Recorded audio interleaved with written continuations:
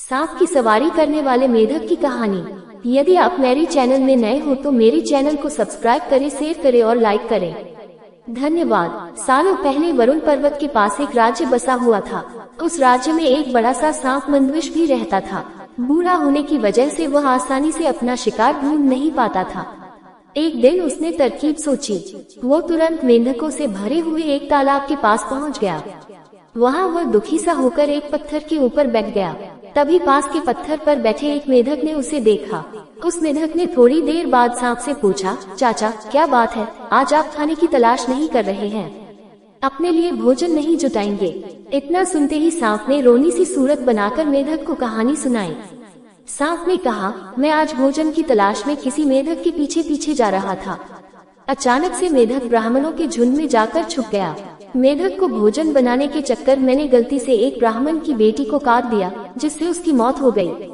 इससे नाराज होकर ब्राह्मण ने मुझे श्राप दे दिया। उन्होंने मुझे श्राप देते हुए कहा कि तुझे अपना पेट भरने के लिए मेंढकों की सवारी बनना पड़ेगा। इसी वजह से मैं इस तालाब के पास आया हूँ। ये बात सुनते ही वह मेढक तुरंत तालाब के अंदर गया और अपने राजा को सारी बातें बताई।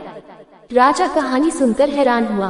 पहले तो उसे बिल्कुल भी यकीन नहीं हुआ, लेकिन कुछ देर सोच विचार करने के बाद मेंढकों का राजा जलपाक तालाब से बाहर निकलकर एकदम कूदते हुए सांप के फन पर जाकर बैठ गया। राजा को ऐसा करते हुए देखकर अन्य मेंढकों ने भी ऐसा ही किया।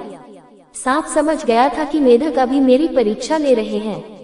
सांप भी बिना विचलित हुए आराम से सबको अपने फन पर कूदने दे रहा था और उन्हें घुमा रहा था। इसके बाद मेंढकों के राजा ने कहा, जितना मजा मुझे सांप की सवारी करके आया, उतना मुझे आज तक किसी की सवारी करके नहीं आया। मेंढकों का भरोसा जीतने के बाद अब धीरे धीरे सांप रोज मेंढकों की सवारी बनने लगा। कुछ दिन बाद चतुर सांप ने अपने चलने की गति थोड़ी धीमी कर दी।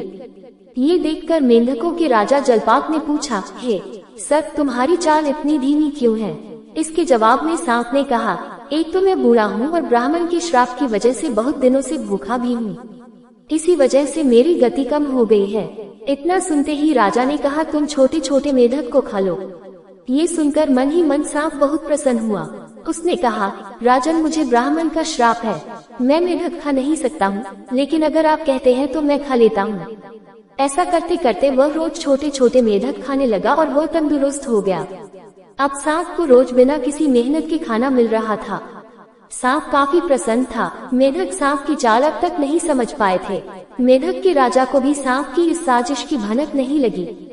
होते होते एक दिन सांप ने मेढक के राजा जलपाक को भी खा लिया और तालाब में रहने वाले सारे मेंढकों के वंश का नाश कर दिया। कहानी से सीख, किसी भी शत्रु की बात का जल्दी से भरोसा नहीं करना चाहिए। इससे खुद की और अपने लोगों की हानि होना निश्चित है। पूरी कहानी सुनने के लिए धन्यवाद।